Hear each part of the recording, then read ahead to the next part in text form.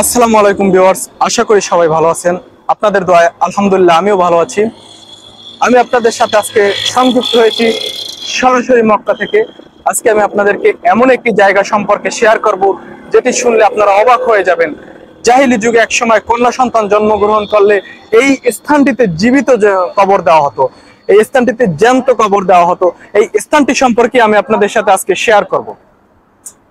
বাংলাদেশ থেকে অনেক হাজি আসে, স্থানটি সম্পর্কে শুনে থাকে কিন্তু স্থানটি চিনতে পারে না।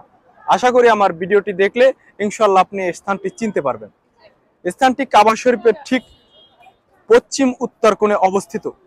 স্থানটির সামনেই রয়েছে আঞ্জুম হোটেল।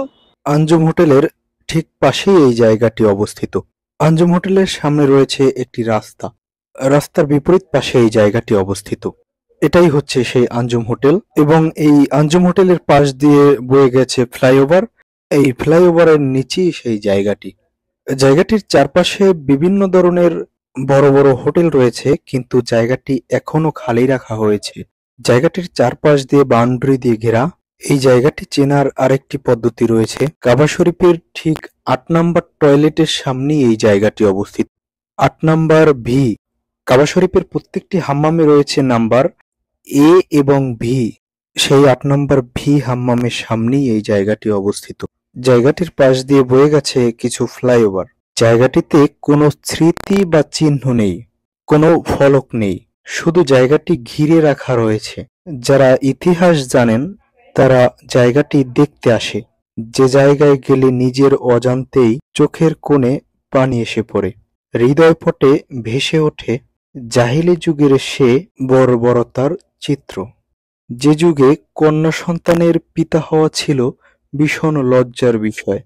সমাজে তার মুখ দেখানো হতো দায়। যে দায় এড়াতে আপন কন্যা সন্তানকে জীবন্ত পুঁতে রাখতে বিন্দুমাত্র দ্বিধা করত না আরবরা। এটা ছিল ইসলাম পূর্ব জাহিলি যুগের চিত্র, যেখানে ছিল না কোনো শিক্ষা দীক্ষা। ওই সমাজে মানুষ হিসেবে কন্যা সন্তানদের কোনো সামাজিক স্বীকৃতি ছিল না। জীবনের সব ক্ষেত্রে তারা ছিল অবহেলিত, উপেক্ষিত, লাঞ্ছিত, করুণার পাত্রী। কন্যা সন্তান জন্মগ্রহণ হওয়া তাদের কাছে অমঙ্গলের প্রতীক হিসাবে গণ্য হতো। অনেকে আবার গোত্রে কন্যা সন্তান ভূমিষ্ঠ হলে তারা অপমানিত এবং লাঞ্ছিত হতো। আর এই লাঞ্ছনা এবং অপমান থেকে পরিত্রাণ লাভের আশায় তাদের জীবন্ত কবর পর্যন্ত দিতে তারা বিন্দু পরিমাণ দ্বিধাবোধ করত না। কন্যা সন্তানকে জীবন্ত কবর দেওয়াকে তারা বৈধ মনে করত। এটা নিয়ে তাদের মধ্যে অনুশোচনার লেশমাত্র ছিল না। জায়গাটি পাথরে আর বালুকাময়। সেখানে গিয়ে দেখলাম অনেক দর্শনার্থী চোখের পানি ফেলে দোয়া করতেছে। কেউ কেউ আবার ইতিহাস নিয়ে আলোচনা করতেছে। মানবতার ধর্ম ইসলাম আরবে প্রচলিত কন্যা সন্তানদের জীবন্ত কবর দেওয়াকে ঘৃণিত রীতি চিরতরে বন্ধ করে কন্যা সন্তানকে ছেলে সন্তানের মতো জীবন নিয়ে বেঁচে থাকার অধিকার দেয়। এমনকি কন্যা সন্তানকে জীবন্ত কবর দেওয়ার বিরুদ্ধে কঠোর হুঁশিয়ারি উচ্চারণ করে।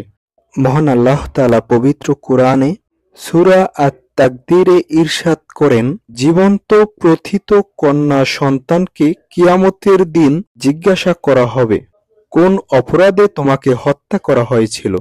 কন্যা সন্তান জন্ম লাভ করা মহান আল্লাহর বিশেষ রহমত হিসেবে ইসলামে স্বীকৃত। কন্যা সন্তানদের মর্যাদার বিষয়ে হাদিসে নবী করিম সাল্লাল্লাহু আলাইহি ওয়াসাল্লাম ইরশাদ করেন, যে লোকের ৩টি কন্যা সন্তান আছে এবং সে তার ব্যাপারে ধৈর্য ধারণ করে, তাদেরকে বোঝা মনে করে না এবং সাধ্য অনুযায়ী ভালো খাওয়ায় পরায়, তাদের সঙ্গে দয়াদ্র ব্যবহার করে, তাদের জন্য বেহেশত অবধারিত। আমরা একেবারেই ভিডিওর শেষ প্রান্তে। সবাইকে সম্পূর্ণ ভিডিওটি দেখার জন্য আন্তরিকভাবে ধন্যবাদ। চ্যানেলটি সবাই সাবস্ক্রাইব করে পাশে থাকবেন।